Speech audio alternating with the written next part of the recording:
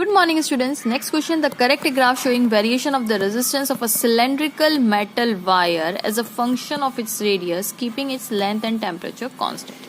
तो cylindrical metal wire है ना, मतलब ऐसा वायर cylindrical ही होता है.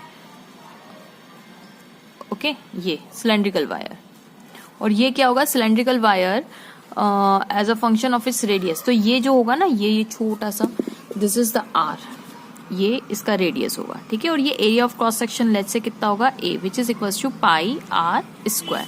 ये एरिया ऑफ क्रॉस सेक्शन ये वाला which is equals to pi r square. Okay, तो कौन सा ग्राफ सही है वो बोला हुआ है. तो पहले तो हम रेजिस्टेंस, जब भी आप ऐसे क्वेश्चन देखिए तो सोचिए कि रेजिस्टेंस और रेडियस के बीच में रिलेशनशिप क्या है. तो हमें तो पता है कि रेजिस्टेंस लेंथ इस पे ही डिपेंड करता है.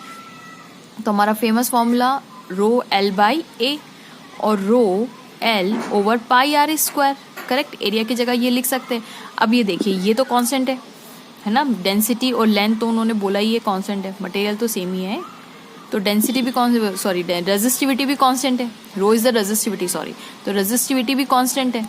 तो are is equals to 1/a पे बात गई विथ सम कांस्टेंट. ये कांस्टेंट लिख देते हैं, बाकी सब तो कांस्टेंट हो गया ना. R where my constant is equals to rho into L को मैंने कांस्टेंट बोला हुआ है.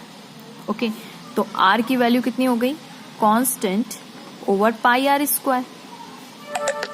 ठीक है, अब ये पाई भी कांस्टेंट है तो कांस्टेंट डैश कर देती हूँ, कांस्टेंट डैश ये पूरा, तो डिवाइडेड बाय आर स्क्वायर.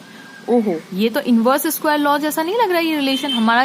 याद कीजिए अक्सर ये रिलेशन आता था force is directly proportional to r square, मतलब r is inversely proportional to r square. तो ये inversely proportional, inverse square law ही तो बोलते हैं force is inversely proportional to the r square.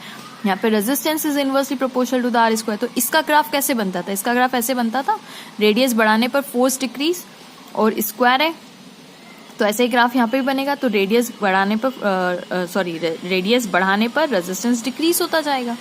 Okay, जैसे जैसे आप रेडियस बढ़ाते जाएंगे, रेडियस बढ़ाना मतलब क्या, ये बड़ा करना, बढ़ाते जाइए तो रेजिस्टेंस कम होता जाएगा. तो अगर ये बढ़ाएंगे तो ये सब भी तो बढ़ेगा ना. ठीक है, मोटा हो जाएगा ना. देखिए ये रेडियस बढ़ गया, इसके कंपैरिजन में इसका रेडियस ज्यादा हो गया. तो जितना रेडियस बढ़ाएंगे फायदा आपको उतना ही मिलेगा, क्योंकि रेडियस बढ़ाने से क्या बढ़ेगा, एरिया बढ़ेगा. एरिया बढ़ेगा तो रेजिस्टेंस, सिंपल सी बात है, pi r square is equal to क्या है, एरिया है. तो अगर रेडियस बढ़ेगा तो एरिया बढ़ेगा, और अगर एरिया बढ़ा तो रेजिस्टेंस घटेगा. तो देखिए ऑफ कोर्स ये रिलेशन होना चाहिए, है ना. तो दिस ग्राफ इज करेक्ट. अब आप कहेंगे नहीं ये स्ट्रेट ग्राफ है ना, इनवर्स स्क्वायर लॉ में स्क्वायर आता है तो वो ये वाला ग्राफ फॉलो करता है.